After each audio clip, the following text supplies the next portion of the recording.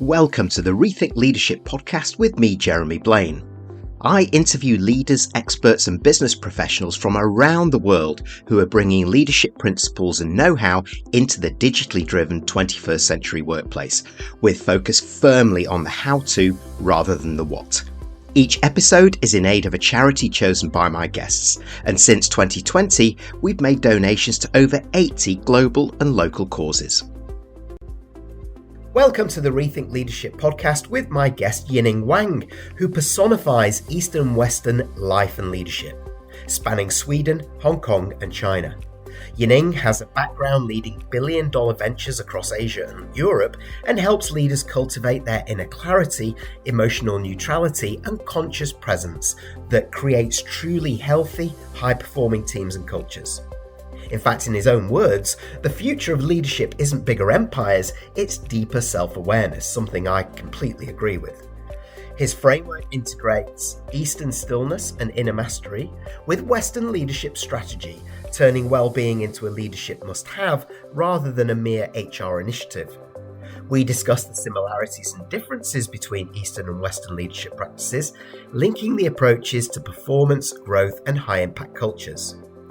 This episode is in aid of Save the Children International, to which we've made a donation as a thank you to Yining for joining us.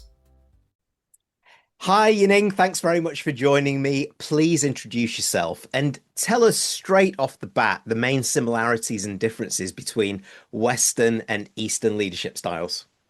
Yeah. Thanks so much, Jeremy, for having me on. So my name is Yining Wang. I'm an executive partner at Sincere Alignment Group. Throughout my entire career, being a Swedish Chinese, grew up in Sweden, but parents in China, I've always been a bit between these both worlds when it comes to business and also, right now driving my own firm. So throughout my entire career, I've always worked between being the bridge between the Nordics to Asia and vice versa.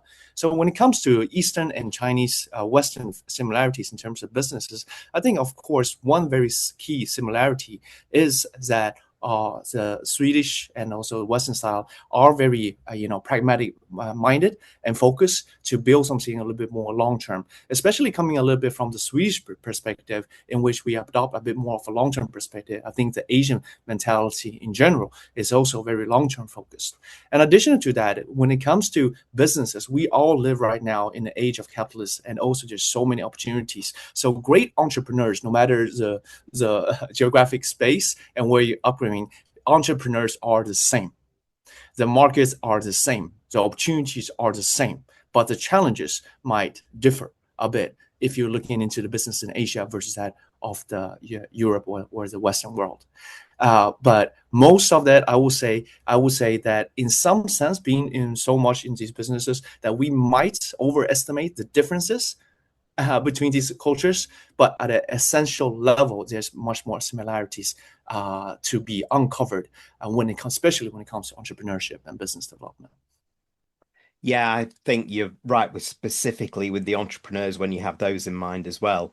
And there are definitely similarities, but I think there are really nice subtle differences which we can get into through your experiences. You're here, there, and everywhere. That's great. So I think the question then for me is going into that, how have you sort of bridged that gap, even though it might be a narrow gap between Eastern and Western leadership practices, and how do you bring the best of both worlds to your own journey? Yeah, thanks. And that is a really good, first-hand experience. So starting off back in 2014, I was the managing director for Assa Abloy. So I always worked with Swedish MNCs for their local adoption. So it's a great place to be, as being the hand in the glove, more or less, the Swedish Chinese who can speak Swedish to the Swedish guys, but also Chinese to the local people. When it comes to integrating these two, is really to understand, have a deep amount of respect for the people on hand, especially in the Asian market. So no matter how you drive your business, you always have to be very mindful and respectful for those people who are closest to the customers, closest to the competition, closest to the market, are those who has the most valuable information. There is always a little bit of a gap in which we might come from the West and we think we know the best. We know the best practice. Our best practice are the best practices. Our process is the one we should adopt. while the market circumstances and the way these entrepreneurs in Asia have built these businesses is not slightly different. Now, the key here is to find a middle ground in which, okay, these are our corporate standards or corporate guidelines, but also how do we make them locally adapt? And also how do we communicate to the managers locally so it makes sense for them? Right, it makes sense for them. So there is a little bit of a bridging in a more practical scenario, but to make sure that we are aligned. And alignment means understanding the perspective from the West, understanding the perspective locally, and find a resolution how we can integrate, these two into the organization. So it's not, it actually in practice is quite challenging.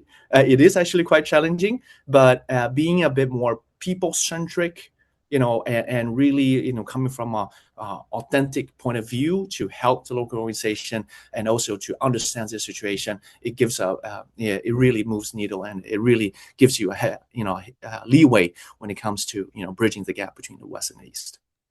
Yeah, it's funny that when you were talking there, Western practices have been the best practices, let's say, because it's become a business. The books, the courses, the gurus, often coming from North America. And yet there are so many amazing examples in Asia. And I think that's starting to bleed into the West now. Mm. And you point out a really central piece for me, which I want to dive into here, because Western leadership often, therefore, is like, this is what we're doing, this is what we need to achieve. It's metrics, scaling, milestones. Whereas, to your point, when it's a little bit more human than that, Eastern philosophies may often emphasize kind of the being, our presence, our alignment, the respect we have for one another, and that internal mastery. So, for those leaders who are kind of new to this, Yining, who may also be in high stakes, high accountability environments, whether they're founders or whether they're in MNCs, how can they kind of get the balance between the two? And what are the benefits of getting it right? Well, I think it's huge. The benefits are huge. So first of all, when it comes to the Western practices or best practices, having a plan, a business plan, schedules, milestones, KPIs, all these things, there is great to run a business because you have an objective and you need to know where you're going so you can track, where you are on the progress. Are you delayed or not delayed? But we need to also come a little bit from the Eastern perspective and understand a little bit at a deeper level. We cannot control things that are uncontrollable. So if you try to control the uncontrollable, that is actually not that very wise. Which means is that all our business plans, all our schedules, it is actually a sense of control. Now that is good to see where we are. It's more like a snapshot around where we are and where we need to go. But trying to use that into control and to control different outcomes that are not controllable, that is just not, we have to be more understanding of reality and how reality actually works. So it's slightly unwise to control the uncontrollable. Another sense in this case, when it comes to Asia specifically, is that it's all built on relationship and trust, which means if you are a Western manager, you can receive the trust of your local managers and align that trust through personal relationship. They will do things much faster than your OKRs, your KPIs, and your business plans.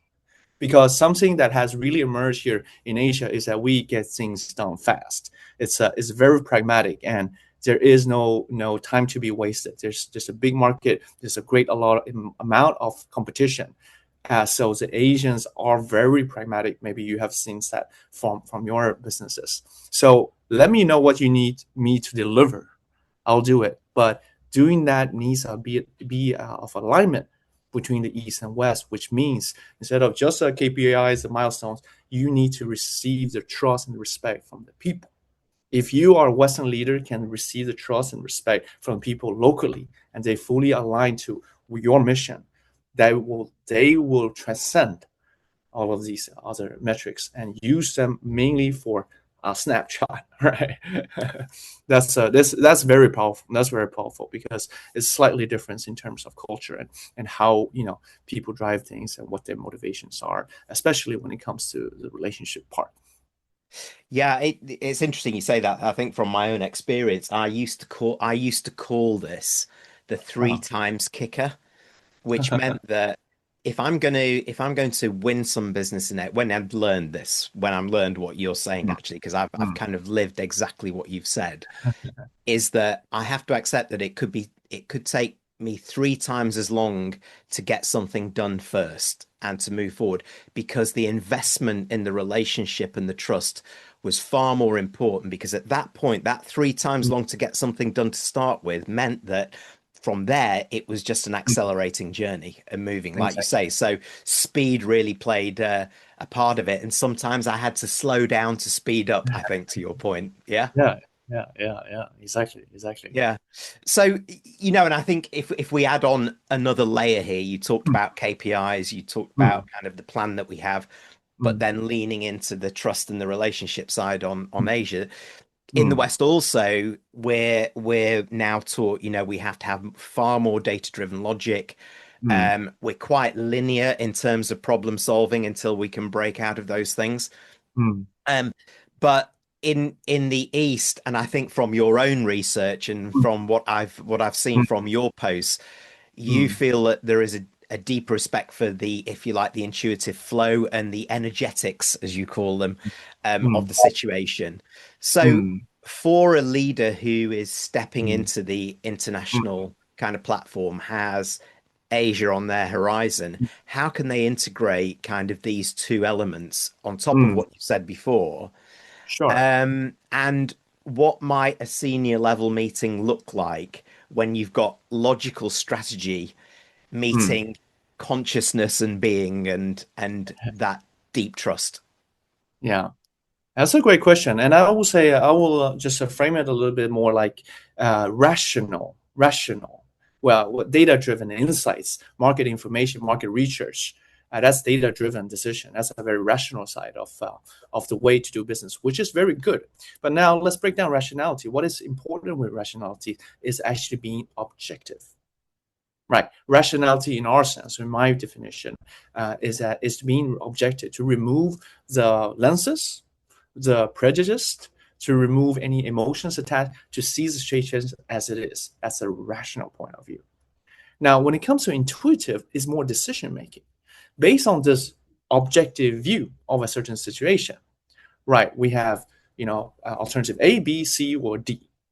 Now, which one will be the most optimal? And that comes back to a little bit to the merger of data insights and that intuitive feeling.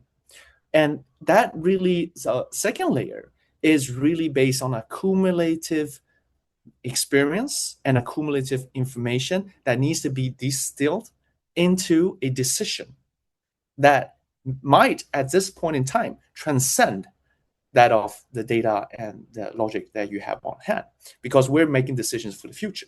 Data, whatever data you have right now, cannot predict the future, right? Especially in days like this, in which we have technologies that are revolutionary at this point in time. It would be unwise to try to think that the world will look the same next year was 2 years above. Now you can use all that rationality, all the data to see how it is right now without the lenses. But then you need to go deeper inside as an experienced leader to gather all the information, because we as humans, we are also super AIs. We accumulate a lot of information from our experiences, from our interactions, from the things we interact with, and also with the new data that comes in for our decision making. But then at the essence, you need to distill and find the truth that's within your inner operating source. And what that is a little bit depending a little bit on what you want to achieve. Because if I would distill all this information and I say I have a great vision, we will make robots, across the world. Like no people will need to work ever. We'll take people to Mars. If that is my ethos, if that's what I really want to achieve, then based on this scenario, I will go big. I'll go much bigger rather than, okay, you know what? Let's try to make it play a little bit safe. Let's invest a little bit in the robotics side of things, and then let's look a little bit at enterprise software things. Let's go a little bit slow. Then it's back to my ethos as a business manager that I am a bit more conscious. I'm a bit more safe. I play it more safe, right? And doing that might not give you those type of investments and those kind of strength to approach investors for the big goal. Right. So the data part is just for you to see reality as is without prejudice, without any. But then when it comes to decision making, you need to find what is right for yourself, and nobody else can tell you that. And based on what is aligned within your core as a senior leader, that's the right decision for you, because you are the leader who will ultimately drive this into reality. Right. And then it really depends on how you are as a leader and which scale you are. What is your purpose? What's your inner alignment? What do you want to achieve? What is in it for you, right? That you dictate the level of ambition for this particular decision. Yeah, that's kind of interesting because you look at where investments are being made right now, big bet investments, and there's so much happening in Asia in terms of growth, acceleration, and investment in learning, investment in innovation that is moving forward that we don't even know yet. So that propensity to be more intuitive and take more of a risk for some of the big bets, like Ping An Insurance in China, for example, when they pivoted and completely transformed their business model. DBS Bank in Singapore becoming the best AI and digital bank in the world. Now, these were big risks which were taken, but very well considered in terms of the implementation. And I really understand that. So it leads me then to another question, because a leader can't do this on their own. So if you have an Asian leader who is willing to make these big bets, etc., maybe it's in a big organization, teams might be regional, more distributed, and having people come along with you, not just from a you will do this point of view, but as you were talking about before, how do we build trust and etc. How do leaders get kind of the blend right and bridge the Western and Eastern styles to create high performing cultures that are high challenge but high psychological safety and very resilient as kind of these transformations are taking place? Yeah. That's great. And then also back to a little bit to the previous point is that particular type of decision making is a little bit of that big bet in a certainty that is slightly intuitive, that is beyond logic. There's nobody even Elon Musk could not predict, the EVs will take off at the time that he made that decision. It was not logical, right? SpaceX almost failed because of the last rocket. If it wasn't that last rocket, SpaceX would not exist today. So it is these kind of big bets based on some of these extreme entrepreneurs, and they know intuitively, that is a bet, even if they are behind, ahead of their time, right? That's a certainty you need to cultivate internally that could be beyond that logic. And that is an inner truth you need to find within yourself to be able to make that big bets. Now, coming back to your second question here is, how do you bridge that? How do you create these high performing teams? It is really back to the point is you have to be very authentic in your decision, in your leadership, and also make sure that you are very true to yourself in making that bet. It's impossible. It doesn't matter if it's in the East or the West. If you go bold and say, we're going to go to Mars, and you don't 100% believe in that, and you don't have that certainty beyond logic, it is hard for you to really convince and radiate that energy through all the people around you. As a leader, you have to really believe in it. You have to visualize it. You have to live it. You have to manifest. You have to be very authentic with that particular view and the vision that you want to create for the best service DBS bank, with AI, etc., and all these transformations. So we're talking about you as a leader driving that transformation needs to be very clear of that vision.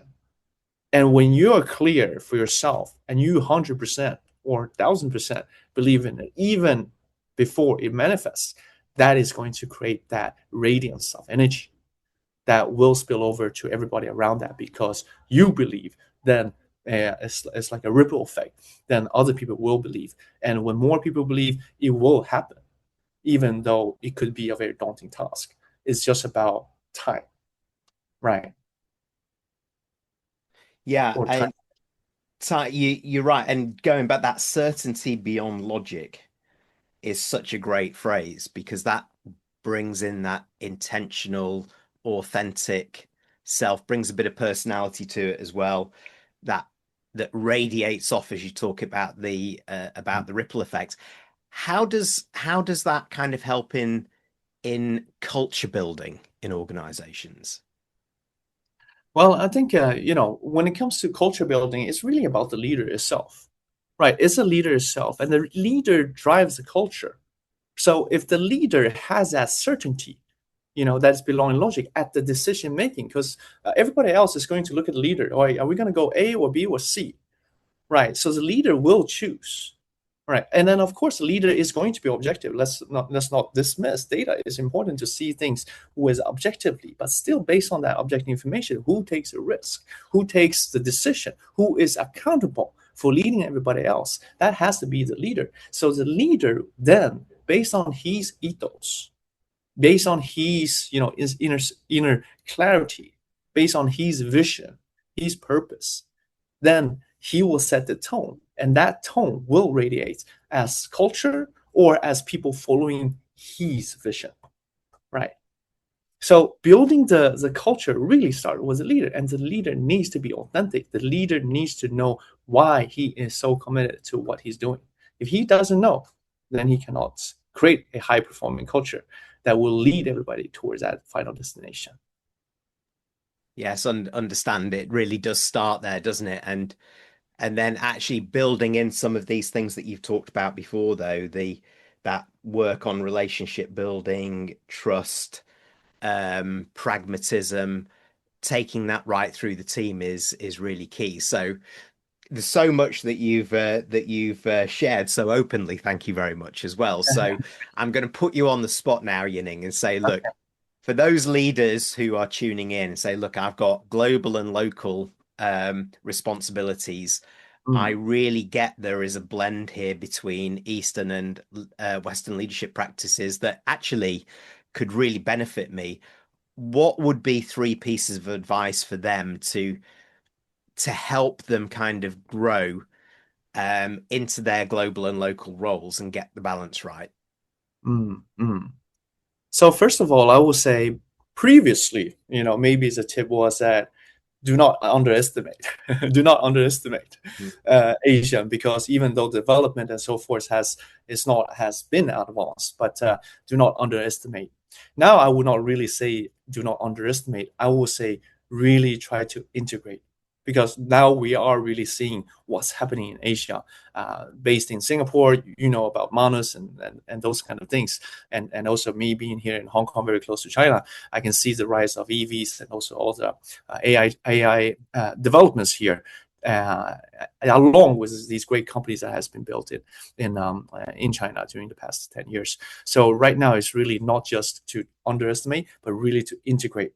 And being integrated for the leaders in driving these global and local businesses is to learn, is to be humble, to learn what is it that makes the Asian business DNA so unique, and why is it that certain businesses in Asia, in China, or in Singapore, etc., has leapfrogged at such a fast pace, right? Try to really spend some more time, and that I will say understand some culture.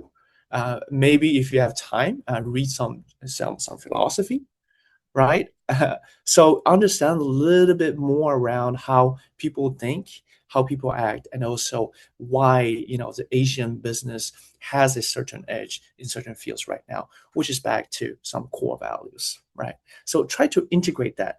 And the speed, the certainty, the trust, the loyalty, the relationship building, that is slightly, we could call it in the West, less institutionalized, right? Because we don't have contracts, but trust overrides contracts at a much higher level, higher level here, in Asia. So really try to, integrate and to learn and find the key pieces within your Asian organization that is very valuable. So core values: speed, fast decision making, authority.